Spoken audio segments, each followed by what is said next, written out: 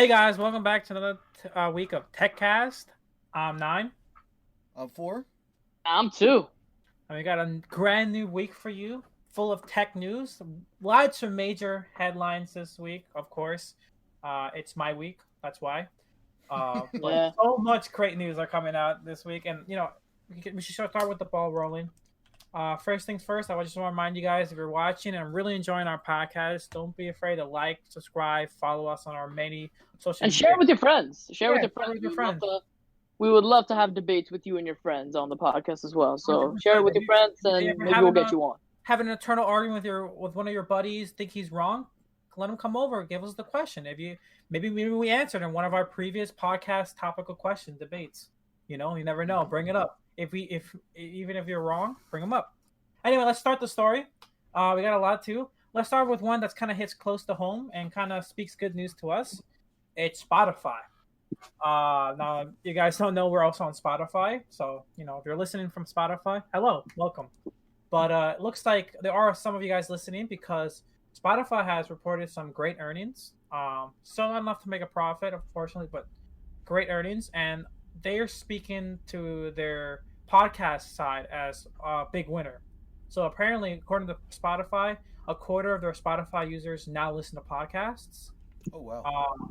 As part of its fourth quarter earning announcement, it says that a total of its total user count that hits 345 million users, of which 155 million are paying customers. They said a quarter of that is now listening to podcasts.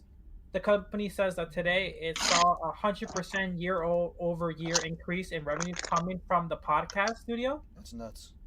And Spotify says despite another lose-making quarter, it would focus on growing its user base instead of looking for profit. It cites the Joe Rogan Experience, which became a Spotify exclusive late last year, as the number one podcast in 17 territories. So they're really looking for podcasts to be a major hitter in their platform. Mm-hmm. They see a lot of great revenue increases in that. And they said despite them having a loss in terms of profit, they're not looking at a way to marginalize their customers, but in fact just increase the user base. What do you think? So a good strategy? What do you guys think about this? Yeah, I mean, I think getting your user base larger and kind of perfecting your product is kind of at least a proven strategy to work right now. I mean, look at places like Amazon, right?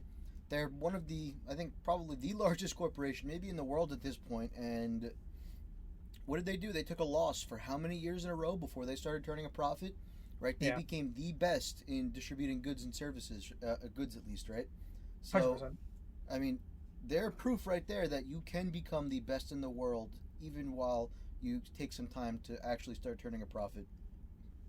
Yeah, I agree. I mean, like a lot of these companies, mostly tech. You think about, Apple. You think about Amazon's a great example. Netflix, huge great example. Yep. These companies took years and years of losing profit to make one. Spotify could be it. Kind of Spotify may not be that. You never know. But it's good that they're not trying to marginalize. I think on their existing customer base and just trying to extend their current base. What do you think, too? Yeah, no, it's definitely interesting. It's exciting to see, right? We talked about it in the very beginning of when we started this podcast, right? We really thought when we were going about creating, our podcast, for example, right? We were really thinking like, all right, what's the best approach? Should we go the podcast route, YouTube channel route, or maybe we go like expose our faces and do something else, right? Yeah. And we really settled on podcast because we saw it as the next big thing for us, right? We saw it as the way to get our message out there, and I guess Spotify is noticing this as a podcast platform, and it's exciting to see how podcasts are growing. And so we're excited. I'm excited to see the growth in the whole podcast community, and I'm excited to see what comes next. So yeah. I mean, I read a bunch of articles. I don't know if you guys have rereading it. There was one, I think, in the Washington Post talking about the future podcasts and stuff like that.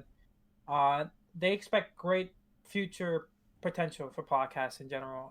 Spotify being one of the major players in it are really pushing for that front. They saw, like they said earlier, saw great success with Joe Rogan, a huge podcast winner in their book, who's now an exclusive on their platform. And Spotify understands that his show is not just what's it called? Just a diamond in the rough. You know, that there are other great successes. You see a lot of celebrities now get into it. You know, like Michelle Obama has her own, I think, podcast now.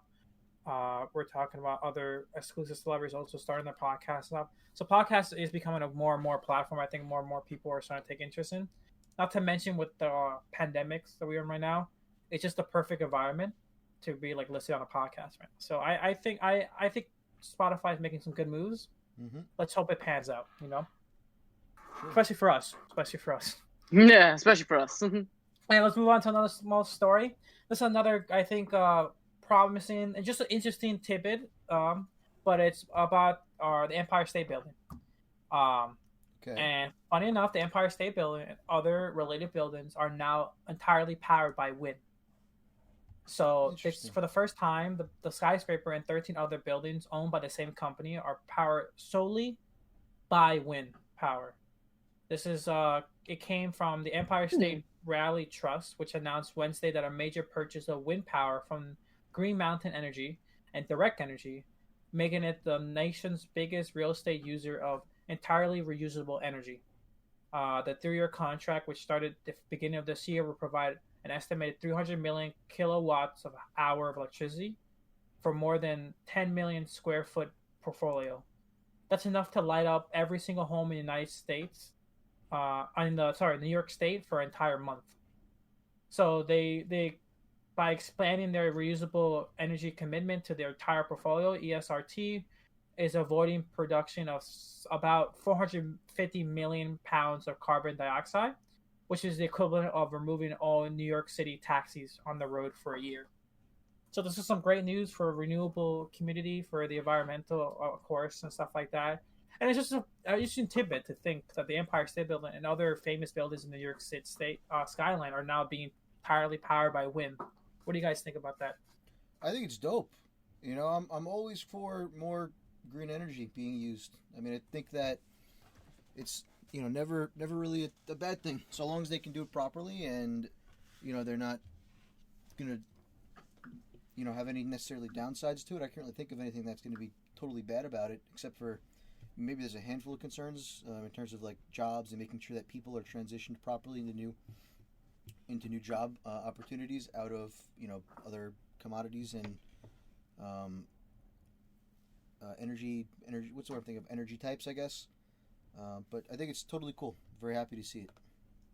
What do you think, Tim? It's interesting, right? Because I've never understood these concepts because being a New Yorker, right? Being from New York City, we use Con Edison, right? Consolidated Edison here for energy and everything.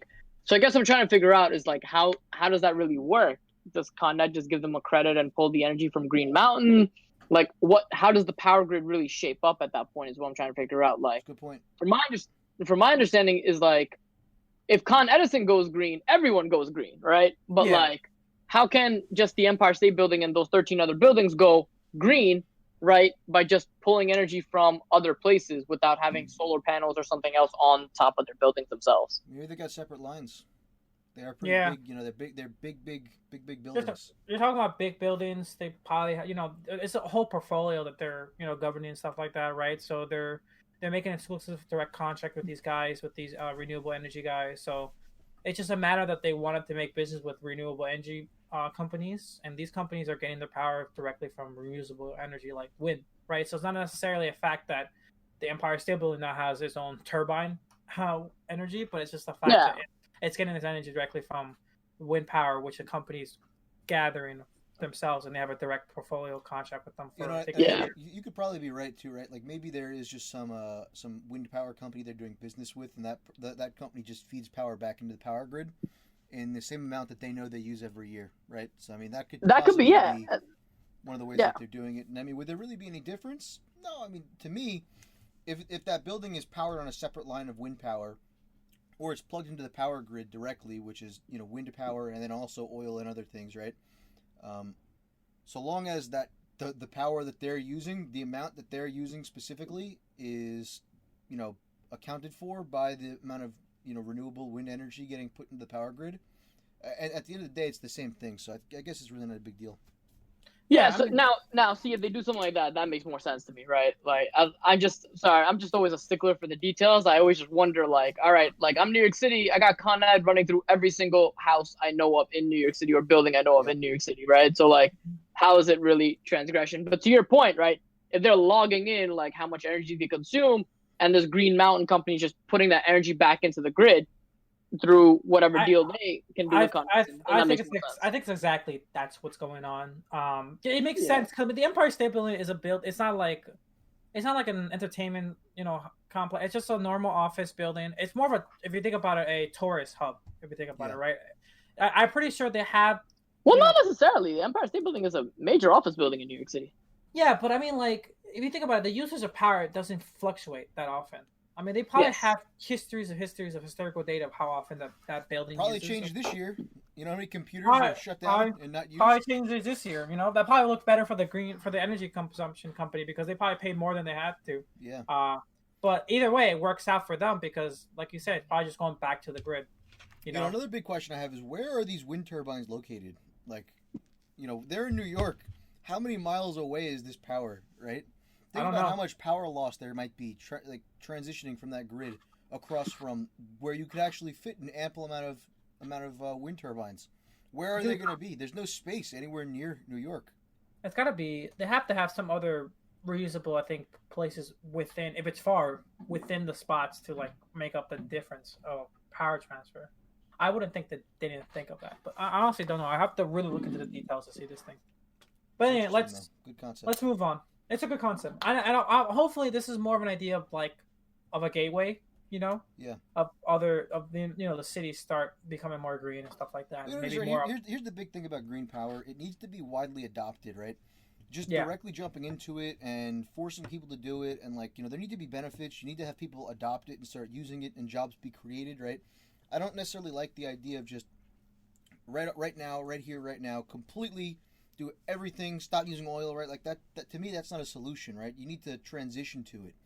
Yeah. I'm absolutely for the idea, right? Less pollution, less greenhouse gases. All of those things are phenomenal, right? Regardless of people who believe in global warming or don't, or everyone's got their own opinions on it. But regardless of that, I think we can all agree that having good quality air to breathe is important, and 100%. oceans are important, and there's no downside in using green energy, but let's just transition to it the right way. Yeah, 100%. Like I said, this is a great, I think, tradition point to look back on. The Empire State Building, as I said, are historic, and it's only a matter of time before other historical absolutely. landmarks and the city itself starts. This is exactly how you transition. This is exactly how you do it. You get businesses like this to get on board and start putting money into it. So I'm happy exactly. with this. Anyway, let's move on. This is a story I think you're going to find very nice for. I think you really like this one. It's a Google story. So Google paid $6.7 million to their bug bounty hunters in 2020. Oh wow! So Google said to this, I think this was 2 days ago. They said that they paid more than $6.7 million in their bug bounty rewards to 662 security researchers across 62 countries for submitting vulnerability reports in Google's products last year. This figure is up from their $6.5 million that the company paid in 2019, which at the time was the company's largest prize pool paid to security research to date. So they beat that this past year. Many of their last year bug prizes were awarded in Chrome's VRP, Vulnerability Reward Program, which was handed out more than $2.1 million to security researchers for 300 bugs identifying Google's flagship browser. On top of these, Google has also said that $400,000 were sent to security researchers through its research grant program that the company used to fund innovation areas of security research. And this also marks Google's 10th anniversary for their VRP program. So lots of good headliners in that part. What do you think, for? I'm actually really interested about your thoughts on this one. Dude, this is incredible. Okay, bug bounty is probably one of the best ideas that was really brought into the security area. And I mean, it's almost like crowdfunded work, right? And think about this, right? Why do people typically hack, and what are these vulnerabilities going to be used for in the future, right? They're going to be used to get data or get credit card numbers and eventually sell stuff. Get money. You're selling information. It's because of financial gain. And I mean, occasionally you have people who are hacktivists and do stuff to make a statement, or people who do stuff just to cause chaos and whatever, right? But in a majority of cases, your threat actors are typically after some type of monetary gain, and bug bounty gives them another option now, right? If you're after monetary gain and you find a critical bug, either you can use that bug and make money, or you submit it and you get $1 million payout from Google. I mean, this is a much better alternative than them selling data or using these things, badly in malicious fashion. So 100% bug bounty is important. It gives, people who are just after financial gain another option to actually go out there, find these vulnerabilities, and submit the bugs themselves instead of looking for an illegal payout. And, I think that this is really important, and it kind of just gives people more options. So I'm a huge fan of the programs. I think that they're a great thing to do, and it also just gets more eyes on your products, right? Even if people aren't finding bugs, they're looking, and just having security-minded people and security researchers look at your applications. They're you're gonna have better, more secure applications in general. So, what do you think, too? I completely agree. He summed up all the major points, right? You already stated my opinion doesn't matter here, so it's all good in the hood. But I find it interesting that last year's Google's not last, well, 2019's Google's record was beaten, right? At the time, like I said, it was 6.5 million. To give an idea of how big that was beaten, the year prior in 2018 it was 3.4 million. So it almost basically doubled. And what was 2020's again? I forget. Would you say? 2020 was 6.7. 6.7. Okay. So not a huge increase from last year, but since we're talking about the year prior was a record-breaking one, I'm surprised they're continuing to throw it up, right? So that means that it's been on the increase basically ever since 2018. I think between 2016 and 2017, it went down 0.1 million. Yeah. Right, but it basically has been on a upward curve since then. So Google's paying out some big bucks to their bug bounties. They're having, like I said, multiple programs with Chrome and other products and stuff like that. So, and Google's always been a high proponent of this for years, as Floor talked about. This is it works for everyone. It works for the consumers who are facing with these issues that may face these vulnerabilities. Google, the reputation gets upheld as secure products. Not to mention, it's just easier for them because you get all the crowdfunding power while in a way even minimizing the cost. It's cheaper to give these programs in the long run than deal out with the headaches and the lawsuits that may come out of these security vulnerabilities. Mm-hmm. So it just works all around. The only real, I guess, victims are the criminals and stuff like that. Yep. So highly supportive of this. Great job, Google. 1 in a million. Keep it up. Let's hope that it can even beat that 7 million benchmark next year. Anyway, let's move on to our first big story, right? Our first big story is going to be health. It's a health-focused topic, which is on everyone's mind with COVID and all that going on, and mostly health with smartphones. So, Speaking of, so there's going with Google again. They have made some interesting technology headliners with their smartphone. Google announced this week that they can now take a pulse of on your health and wellness with just your camera or your smartphone camera. Okay, interesting. So starting next month, Google Fit will allow you to measure your heart rate and respiratory rate using just your camera's phone. These features will be available in Google's Fit app for Pixel phones only, with plans to extend it to more Android phones in the future. To measure your respiratory rate, you simply just need to place your head and your upper torso in the view of the phone's front-facing camera and breathe normally. To measure your heart rate, simply just place your finger on the rear-facing camera lens. Of course, these measurements are made for medical diagnosis or to evaluate medical conditions, but they hope that they can help people track day-to-day wellness and stuff like that. Mm-hmm. And thanks to the increasing powerful sensors and advancements in computer vision, these features are basically just using your smartphone camera to track little tiny physical signals on a pixel level. So basically tracking your chest movements to measure your respiratory rate, or even subtle changes in the color of your fingers for your heart rate. That's pretty much the layman terms of how they're doing that. Mm-hmm. So what do you guys think?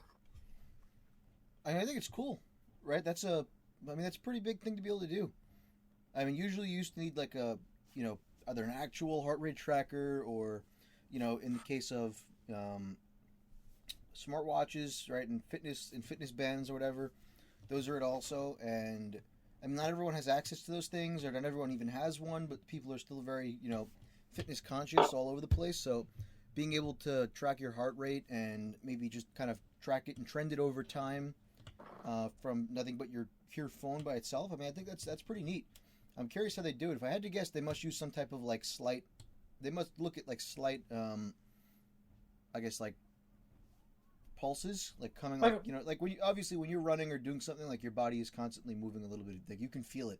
So maybe there are slight movements in your neck that they track and you can see. I'm curious how it works, but it's so I said, they use the camera is using basically just tracking chest movements and to check your respiratory rate. So your chest moves up and down slightly when you breathe, right? They're basically tracking that at a pixel level. Yeah. And then using that as a rate to measure your heart rate. Yeah, it's right? It's very cool. Very cool. What do you think, too? It's different, right? I want to see the accuracy behind it before I could further comment. But I think it's definitely a step in the right direction, right? I think if anyone could do it, it's them, right? I don't have any doubt in my mind that if anyone can do it, it's Google. But I want to raise something that Ford brought up, a few Techcast episodes ago, right? When we were talking about diagnosing coronavirus with Alexas. It's again, now you're getting back into the health data aspect, right? So it's who owns this data is the question at the end of the day, right? What's the governance behind this data? And I think that's a very important point we should clarify before we move forward with this. But I think from an engineering perspective, right? From an engineering perspective, I think it's an amazing feat, depending on the accuracy. From a data perspective, from a data engineering perspective, I want to know who owns this data and what are the legal ramifications behind it, right? So very good point. I mean, I think it's important to remember that this is a little slightly different than the situation we talked about a few weeks ago. They're not trying to diagnose you with a disease or stuff like that, which can have major implications, of course.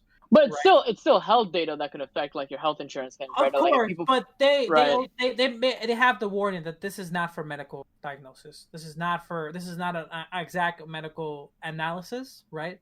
This is mostly just to track, for your case, wellness, right? And I think it's, I guess, accurate enough. Their claimant is accurate enough for be within the realms of reasonable, right? This is mostly for you to have an accessible way to track, I think, important health readings, and then if you see something fishy, right, to then report it to your doctor and then have an actual medical professional reading or diagnose, right?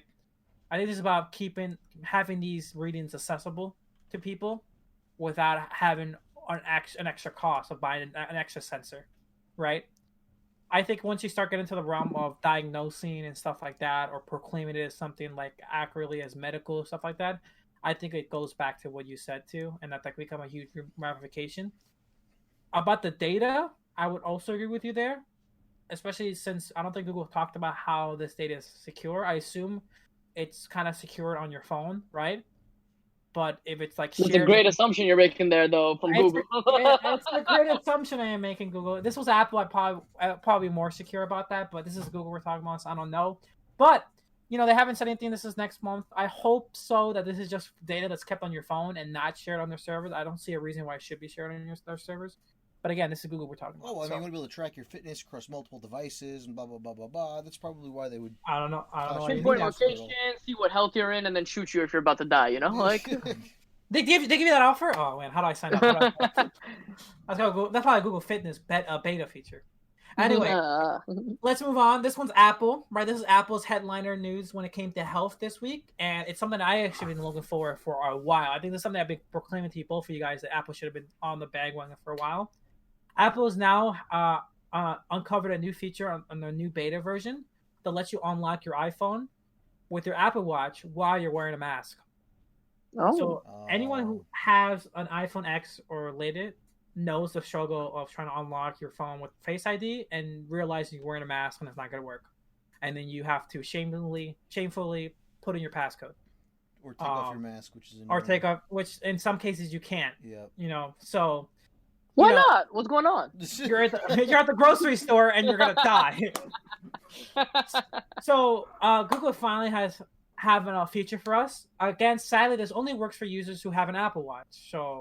So write me and 4 off of this list. And You guys are gone, but me, I'm strong. So basically, this is new beta feature in iOS that lets you unlock your iPhone with Face ID and an Apple Watch paired together. How it works is basically, with Face ID, you have to do a full scan, right, of your face to unlock it, right? In this case, what they're gonna do now is have a partial scan, so mostly in the eyes and stuff like that region.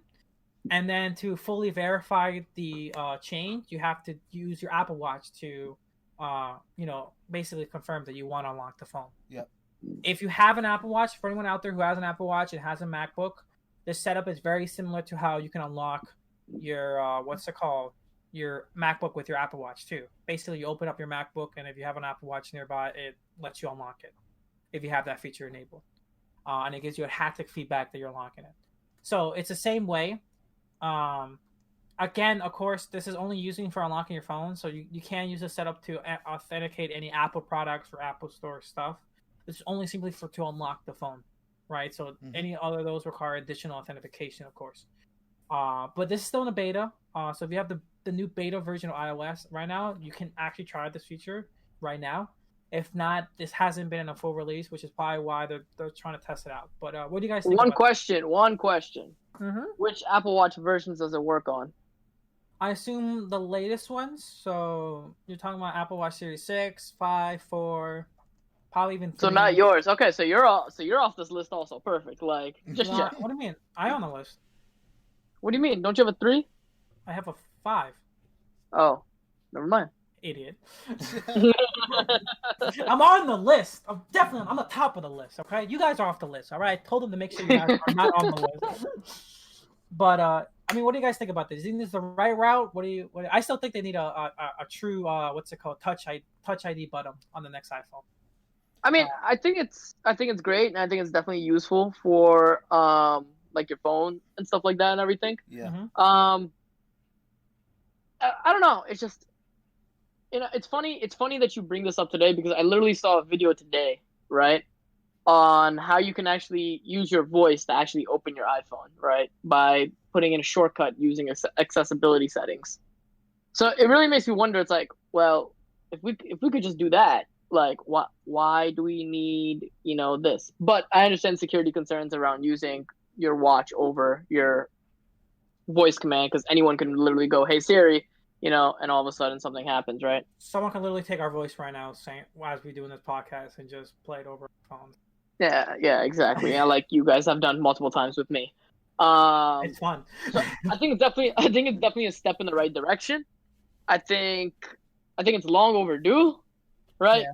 But adding this as like a feature also worries me in the sense that like, how much longer do they think we're gonna be like here? Like, I'm kind of trying to go out again and become a normal. It's just for precaution. It's just a precaution. I don't think Apple knows the answer to that question. If they did, they'd probably be making more bank than they are. But 10 years later, welcome back to Techcast number 2300. We are still in a pandemic. Like, I think that this is a really good idea. I'm actually a really big fan of this. This actually might be what makes me go buy an Apple Watch tomorrow.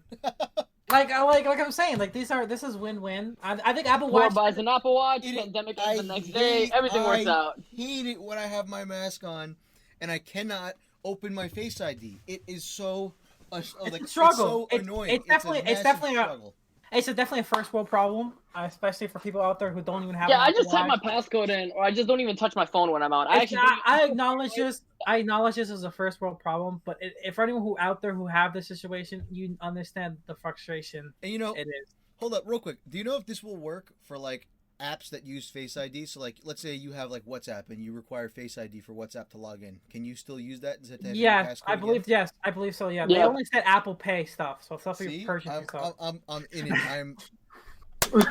Again, Apple has always been on the forefront of making sure their Apple Watch has always been the primary focus of health, right? And having this feature on the Apple Watch is just easy checkmate. I think, in their book. Or how about like maybe even if they make like a keychain like biometric reader that pairs to your phone also, that way I can just scan my thumb for my keychain real quick and unlock my phone. Why are you giving Apple another $300 idea? All right, like they already got a watch. Like, yeah, I would hope that this would be like a $50 idea. Like this isn't that absurd. Oh no, it's no, Apple. You know the minimum starting price is gonna be $85. Like a $50 idea for Apple is like a $300 idea for them. They gotta make it look nice, and that comes into their marketing and in their research. Why do you think they haven't released the AirTags yet? You and me both know that it's done. They're trying to figure out how to make it more square. They're trying to trick the square. The square's not perfect yet. The UI has to be perfect.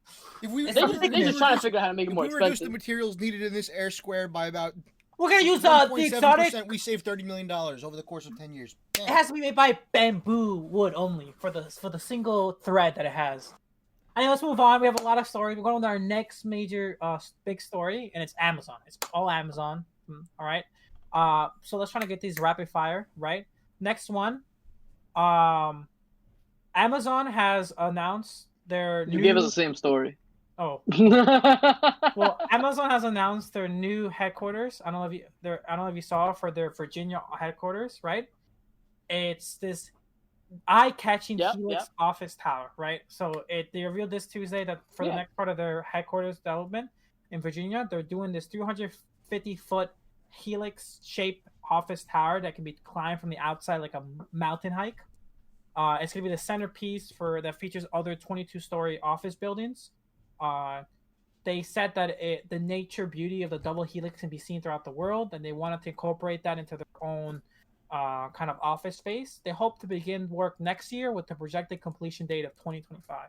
So, quick thoughts on that. Have you guys seen it? That's a cool building. I would love to hike that building, but at the same time, it's like, who the hell's gonna work in that building? That's gonna be such a distraction on a day-to-day basis. Like, I don't know, man. It looks like a spiral to me. Double helix. I don't know. That just looks like a spiral.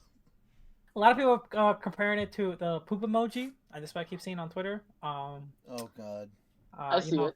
I mean, you'll tease it. I think it looks beautiful. But once again, as someone who's very focused on UI and UX and design, that whole designer kind of aspect, I think this is one of the cases where someone in the design team had a really good idea, and it's really beautiful in paper, but then practically it's executed. It's just gonna be shitty in practical use. I also just think like, how much extra money is this gonna cost, and like think about where that extra. That's not a problem. That's not a problem with Amazon. You think that's a problem for Amazon? That's not a problem with Amazon. Amazon's like, whatever it costs, just make sure it's done by Tuesday.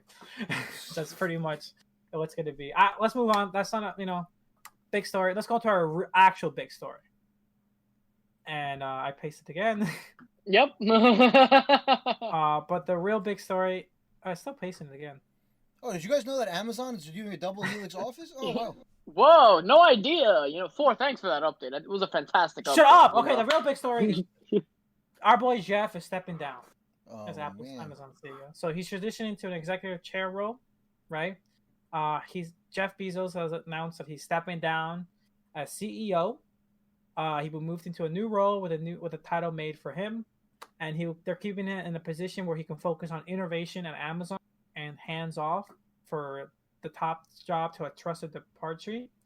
Under Bezos, Amazon was able to evolve from an upstarting online bookseller to one of the world's most popular internet marketplace, which can now deliver a vast quality of products and services. Just outside even that alone, they had a huge services like AWS, which is now like interventional in most online services and stuff like that. And they announced that his possible successor would probably be Jeff. Would transition to make way for Jesse. What's his name? Jesse. Andy Jesse will take on the CEO job, and that one of his possible successors, Jeff Wilkie, right? Yeah. Yep. Will soon retire. So he retired last week, which let Andrew Jesse take over the new position. What do you guys think about this? This is, big news in the earthquake in the tech industry. I would say big. I wouldn't say unexpected, right? Jeff, if you look at again, this is the data person in me speaking, right? But if you look at the statistics behind founder CEOs and around the age of when they leave or their net worth of when they leave, right? Mm-hmm. Jeff has actually surpassed both of those, right? So he's past the age. He's definitely past the net worth, right? So You sure?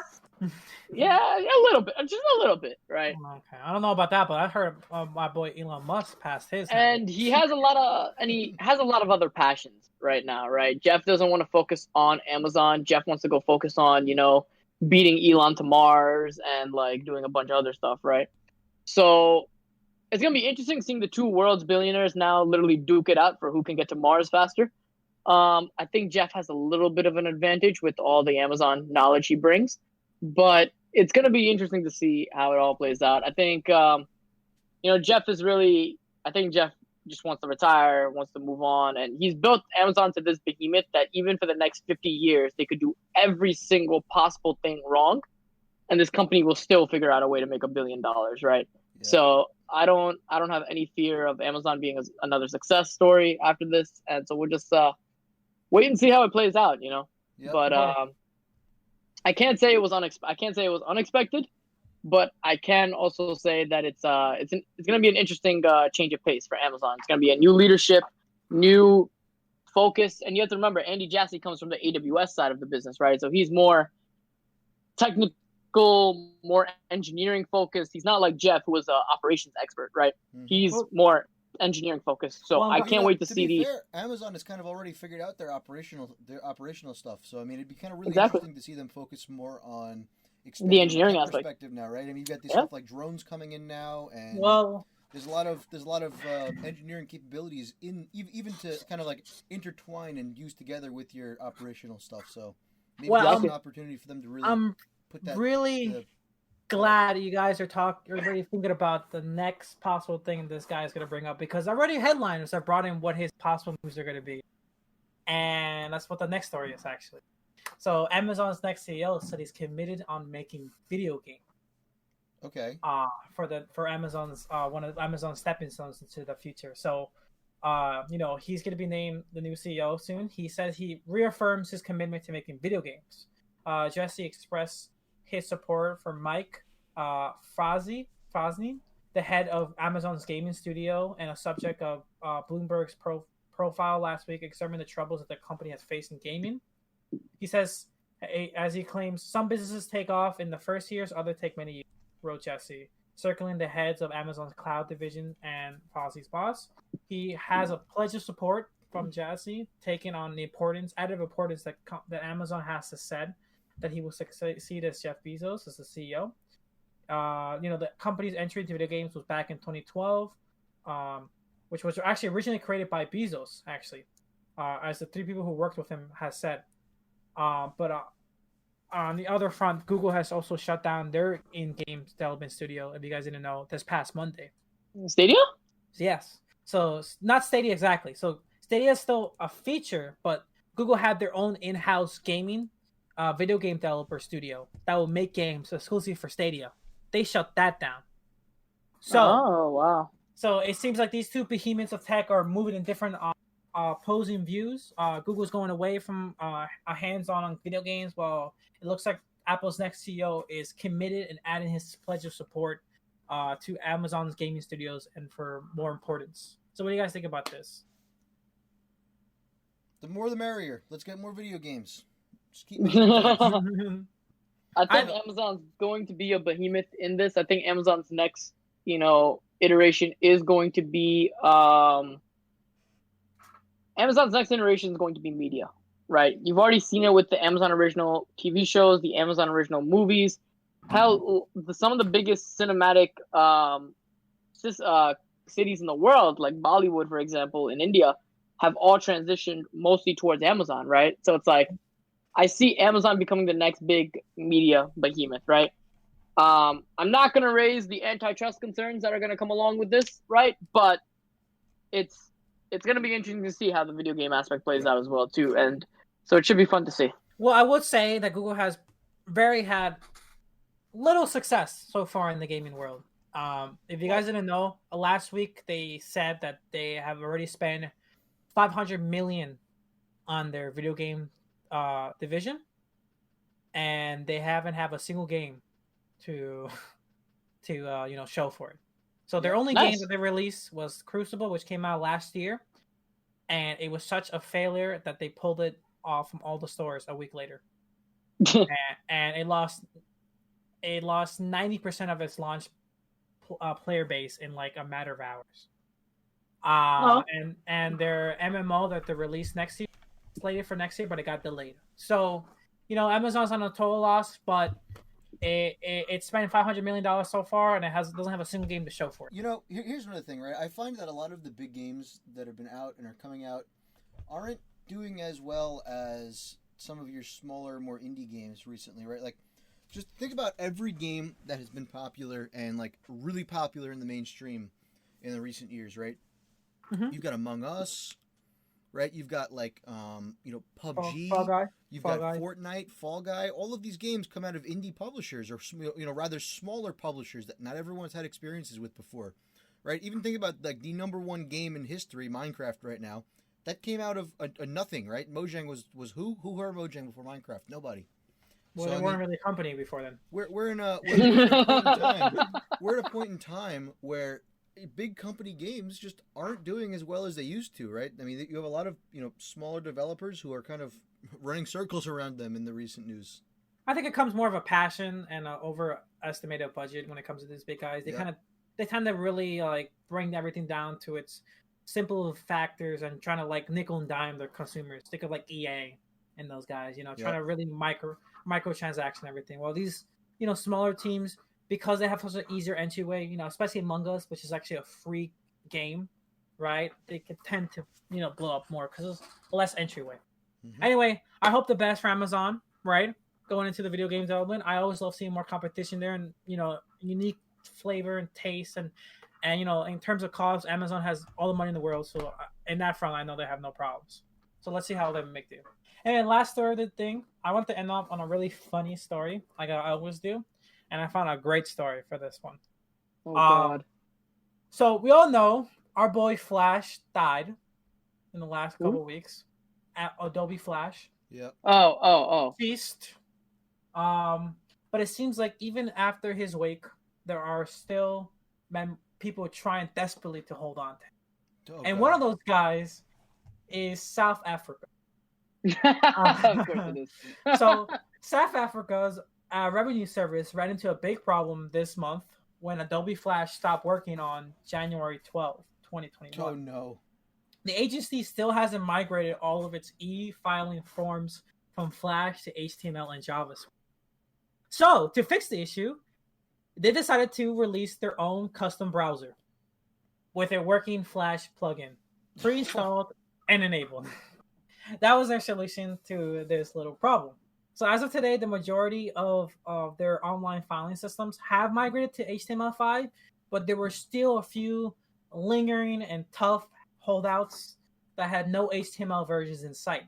So they just decided to just make a new browser that will be a stopgap that allows South African taxpayers and traders to access the remaining forms in the meantime.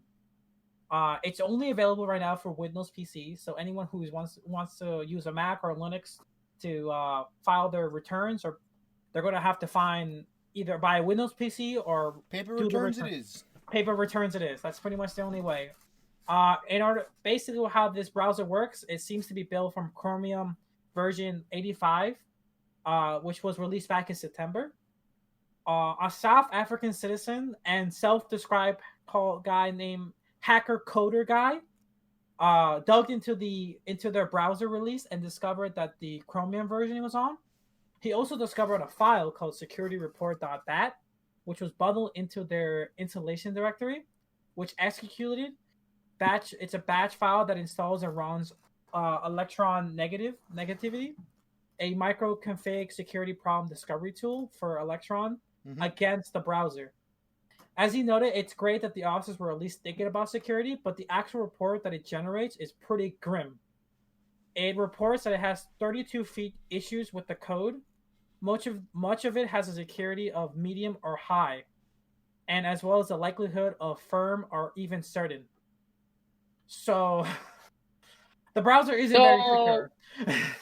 So basically, instead of getting mugged on the streets in South Africa, you can now get mugged online. Yes, welcome to South Africa. The convenience is bulletproof, to say the least. You know, it's kind of funny, right? Like, even if like they take all these precautions with like, you know, extra security or whatever, like now you're still running Flash, which isn't receiving any updates, and any security problems with Flash are still going to be problems for you. So like, what's the point? What are you doing? You don't do anything.